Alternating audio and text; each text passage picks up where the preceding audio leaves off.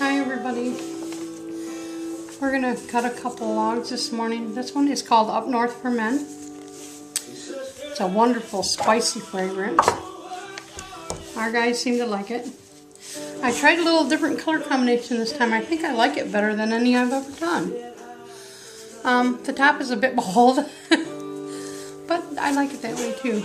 Looks nice. Let's cut it and see what we've got inside here.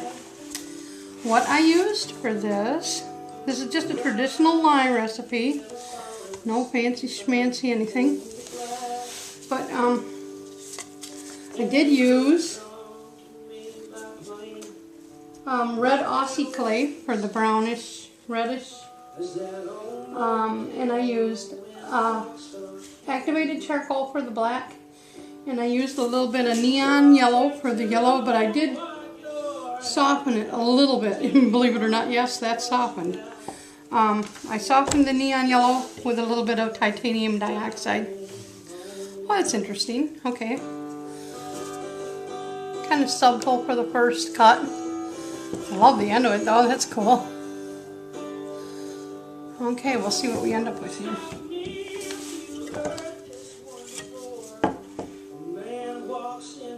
Okay. I've got my inch marked here on my little miter cutter here. I like to make it right about an inch so that you get your approximately the same. Well, I'm not getting a lot of yellow in there, am I? I can see just little flecks of it. You might be able to see little flecks of it in there. On the top, of course, it shows up good. I can see some streaks of it on the back, pretty good. That might show up a little better too as it cures. I don't know. Well, I guess we'll just wait and see. So far, I kind of like this though. I just might keep doing it this way. Use a little paper towel in between that so it doesn't. I like it clean cut as I can get here. I try to get them approximately the same size every time, you know. Oh yeah, nice swirl though. It did okay. I was a little bit worried about that because I did take a skewer. When I poured it in, I poured it a little bit different than I usually do my in the pot swirls, and I was worried that it wasn't going to swirl enough. And I took a skewer and kind of ran through it just a little bit, just a couple times around the mold. Afterwards I was kind of worried because I thought maybe I might have, you know, too much mixing when you're trying to swirl. Don't swirl too much because you're going to end up with muddled, mixed, muddy looking colors. These start out with kind of a muddy color anyway because of the clay. But it doesn't look like it makes it too much. I would like a little more yellow down in the mix. Similar to what's on top. I'd like a little more. So, I don't know if it's just, sometimes those kind of colors get eaten up by the lye, you know. It's just the nature of the beast. That's what I tell people all the time. It's the nature of the beast. You know, you can only do so much with it. And nature takes over as it gets in there and does its thing. But I'm kind of liking it. It could have been a better swirl, but above all else, I certainly am not the swirl queen. My friend Julie at Soapy Sue's has got that down pat. I sure would like to sit with her sometime. And actually, we're pretty good friends. And she used to live here in Michigan. She's now in Tennessee. But boy, has she got swirling down. She does the most beautiful swirls. I have a lot of girlfriends that do good swirls. These, oh, and this one I'm picking up a lot more of that yellow in there. I like that. So maybe it was just the end of the bar there. I don't need much yellow, but that's a good start. I do like that. Of course, you know, things change as the air hits it and it cures out. It might change entirely on me. I hope not, because I do like it like this. I'm pleased, as if you couldn't tell, right? I can't get all the way to the bottom of that and have it on the... I want it in the frame for you so you can see it being cut. Jeez, it's getting better. I think it's getting better.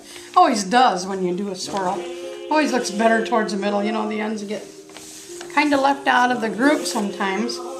Not that they aren't pretty, but it just seems to be more defined the closer in the middle of the soap you get.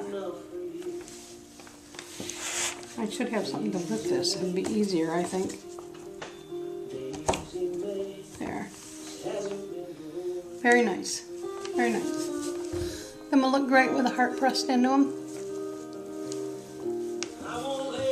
I did this in my large mold. I get the HDPE molds, the PVC molds from SoapHutch.com. Rich is great. Put a little plug in there for him because he is just fabulous. Does a wonderful job. Makes them custom to your size, how you want your batch done. You can even get vertical molds from him, which I've thought about doing some verticals pretty soon. He has the plexiglass molds, and these PVC molds are just wonderful.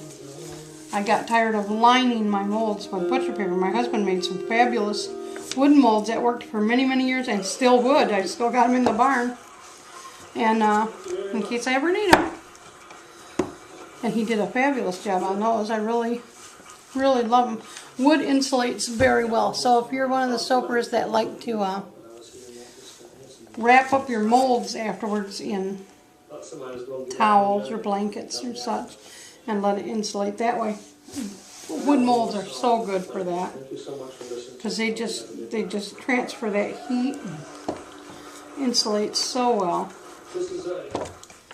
These I actually have been doing oven process. I like, it's called CPOP. It's for cold processed oven process. And I love the way it turns out. I don't see any ash on the top of this at all. Wonderful. And I like using charcoal. I've been using activated charcoal now rather than black oxide for quite a while. Mainly because if I'm going to use a lot of black in a soap, it does not give you a gray lather.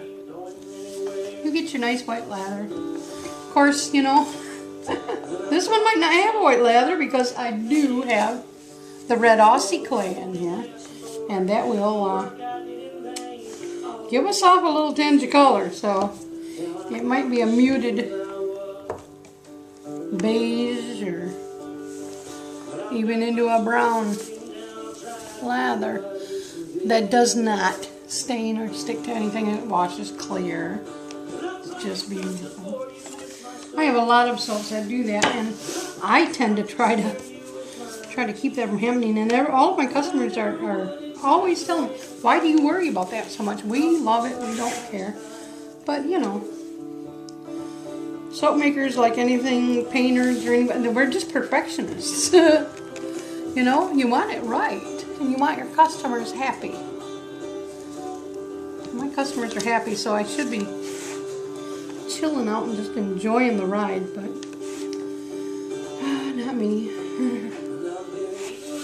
I guess maybe I just gotta have something to fret about, eh? Oh, how pretty. Really liking it.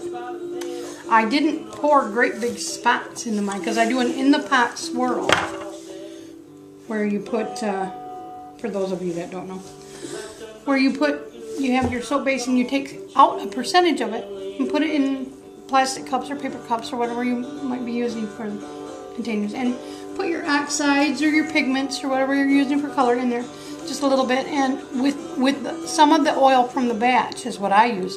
A lot of people will use separate oil for it. Some people use glycerin, vegetable glycerin, but I just take out a few tablespoons of my batch oils before I add my lime, and I use that because that's already figured into my batch.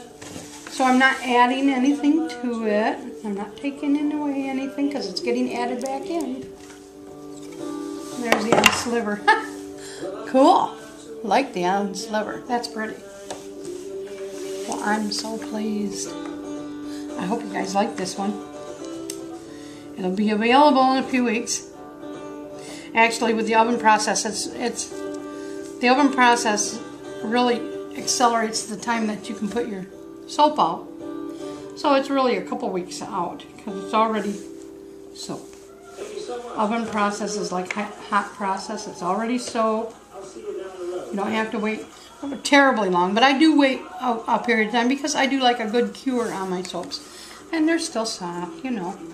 They need to harden up and air cure a little bit and then they'll be ready. Watch for them on our site. Thanks for joining us.